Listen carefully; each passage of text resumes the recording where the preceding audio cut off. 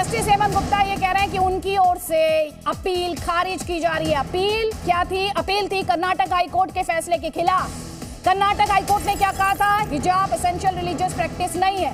Karnataka high court ने कहा था कि रीजनेबल रिस्ट्रिक्शन लगाई गई है, सही बताया था। और जस्टिस गुप्ता ये कह रहे हैं कि उनकी तरफ से अपील को उन्होंने खारिज कर दिया है। जस्टिस हेमंत गुप्ता का नाम आप अपनी स्क्रीन पर देख रहे हैं। उनकी तरफ से अपील को खारिज किया गया। इस समय बड़ा अपडेट सुप्रीम कोर्ट से हिजाब विवाद पर हम आपको दे रहे हैं। जस्टिस धुलिया क्या कह रहे हैं? जस्टिस हेमंत गुप्ता तो ये कह रहे हैं उनकी तरफ से अपील खारिज कर दी गई है। अब जस्टिस धुलिया क्या कह रहे हैं? क्योंकि बार बार हम आपको ये भी बता रहे हैं कि ये दोनों की राय बटी हुई है। दोनों जस्टिस हेमंत गुप्ता, जस्टिस धुलिया, दोनों की राय अलग। इसका मतलब क्या ये लार्जर बेंच को मामला जाएगा? जस्टिस हेमंत गुप्ता कह रहे हैं उनकी तरफ से ये अपील जो है खारिज कर दी गई है। अब जस्टिस धुलिया क्या कहते हैं, उनसे जुड़ी हुई जो इन्फॉर्मेशन है वो भी हम आप तक लगातार पहुंचाएंगे। देश की सर्वोच्च अदालत से जुड़ा हुआ ये मामला है, किसी तरह की स्पेकुलेशन हम करना नहीं चाहते हैं, लेकिन शिक्षण संस्थानों में, कर्नाटक के शिक्षण संस्थानों में हिजाब बैन को लेकर ये पूरा मामला जस्टिस हेमंत गुप्ता द्वारा जो अपील है वो खारिज कर दी गई है। इस वक्त की अगर अपडेट्स के लिहाज से बात की जाए तो 3 अपडेट आपके पास है। पहला अपडेट आपके लिए यही है कि दोनों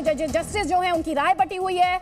दूसरा, जस्टिस हेमंत गुप्ता ये कह रहे हैं उनकी तरफ से अपील खारिज कर दी गई है। और तीसरी बात ये है, सवाल जो है वो लार्जर बेंच के पास जाएगा। क्या है ये पूरा मामला? राजू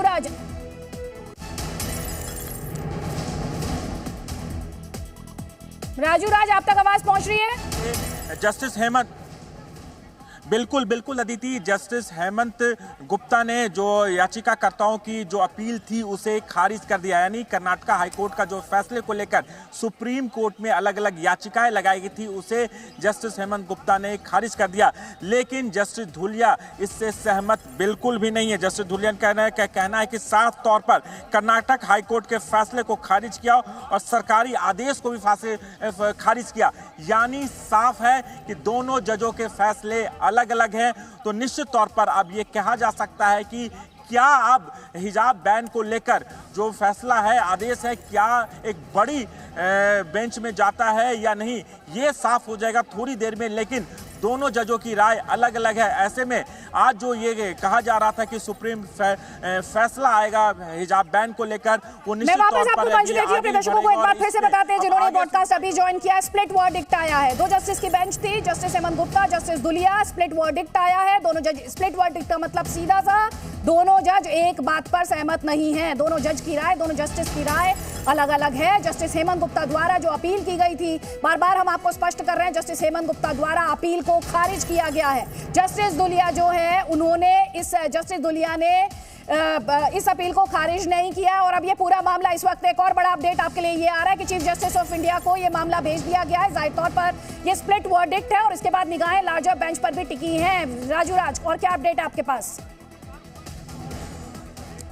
देखिए, बड़ी खबर आ गई है कि इस दोनों जजों की राय अलग अलग है, इसलिए हिजाब बैन को लेकर मामले को चीफ जस्टिस के बेंच में भेजा गया, जहां पर 3 जजों की बेंच आपको इस पूरे मामले की सुनवाई करेगी।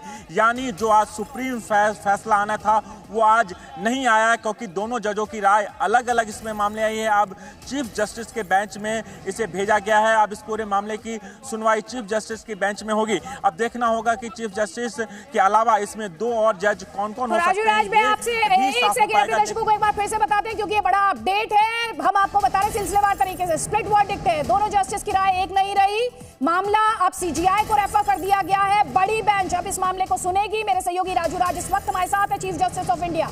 अब हिजाब विवाद को उनके पास भेज दिया गया है। यानी सीधा सा मतलब, जैसे ही स्प्लिट वर्डिक्ट आया, दोनों जस्टिस की राय भिन्न थी।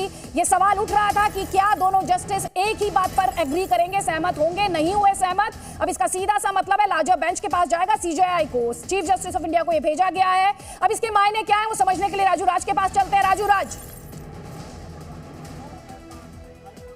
बिल्कुल अदिति, देखिए, जब ये काउज लिस्ट में ये बात सामने आई कि दोनों जजों ने अपने अपने फैसले अलग अलग रखे हैं, तो इस बात का कयास लगाया जा रहा था कि क्या इस पूरे मामले की सुनवाई अब बड़ी बेंच में होगी। लेकिन चूंकि दोनों जजों का आदेश नहीं आया था, ऑर्डर नहीं आया था, इसलिए जब 10:30 बजे सुनवाई हुई और हेमंत गुप्ता जो इस एक जज हैं, उन्होंने साफ तौर पर जो कर्नाटक हाईकोर्ट के जो फैसले को उचित ठहराया और कहा कि इस पूरे मामले में कर्नाटक हाईकोर्ट का जो आदेश से बिल्कुल सही है, लेकिन जस्टिस धूलिया इससे बिल्कुल सहमत नहीं है। तो ये साफ हो गया कि दोनों जजों के जो फैसले हैं बिल्कुल स्प्लिट हैं, दोनों के अलग अलग राय इसमें रखते हैं। इसलिए अब नियमता एक से सीजीआई के बेंच में भेजना चाहिए। अब बेंच का गठन होगा कि सीजीआई के अलावा दो और कौन कौन से जजें होंगे, और अब सीजीआई के बेंच में इस पूरे मामले की आगे की सुनवाई होगी।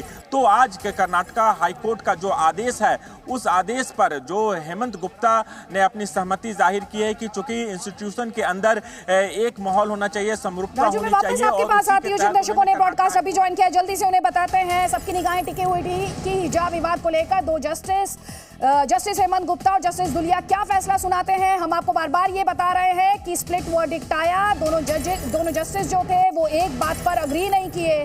सीजीआई के पास इस पूरे मामले को अब भेजा गया है क्योंकि डाइवर्जेंस ऑफ ओपिनियन है, क्योंकि एक मत नहीं हो पाए दोनों जस्टिस, और अब ये मामला सीजीआई के सामने रखा जाएगा फॉर एप्रोप्रिएट डायरेक्शंस। इसका सीधा सा मतलब है अब ये बड़ी बेंच के पास ये मामला जाएगा। सीजीआई को इस मामले को भेज दिया गया है। सीजीआई यानी चीफ जस्टिस ऑफ इंडिया, वो अब इस मामले पर उनको ये मामला अब रेफर कर दिया गया है। यहां पर आपको समझना होगा सुप्रीम कोर्ट में सीजीआई को रेफर करने से पहले क्या हुआ। स्प्लिट वर्डिक्ट आया, दो जस्टिस थे, जस्टिस हेमंत गुप्ता और जस्टिस धूलिया। जस्टिस हेमंत गुप्ता ने कर्नाटका हाईकोर्ट का जो फैसला था उसे अपहोल्ड किया, जो अपील थी उस फैसले के खिलाफ उसे खारिज कर दिया। वही जस्टिस धूलिया जो थे उन्होंने इस अपील को अपहोल्ड किया और जो कर्नाटका हाईकोर्ट का फैसला था उसे सेट असाइड कर दिया गया।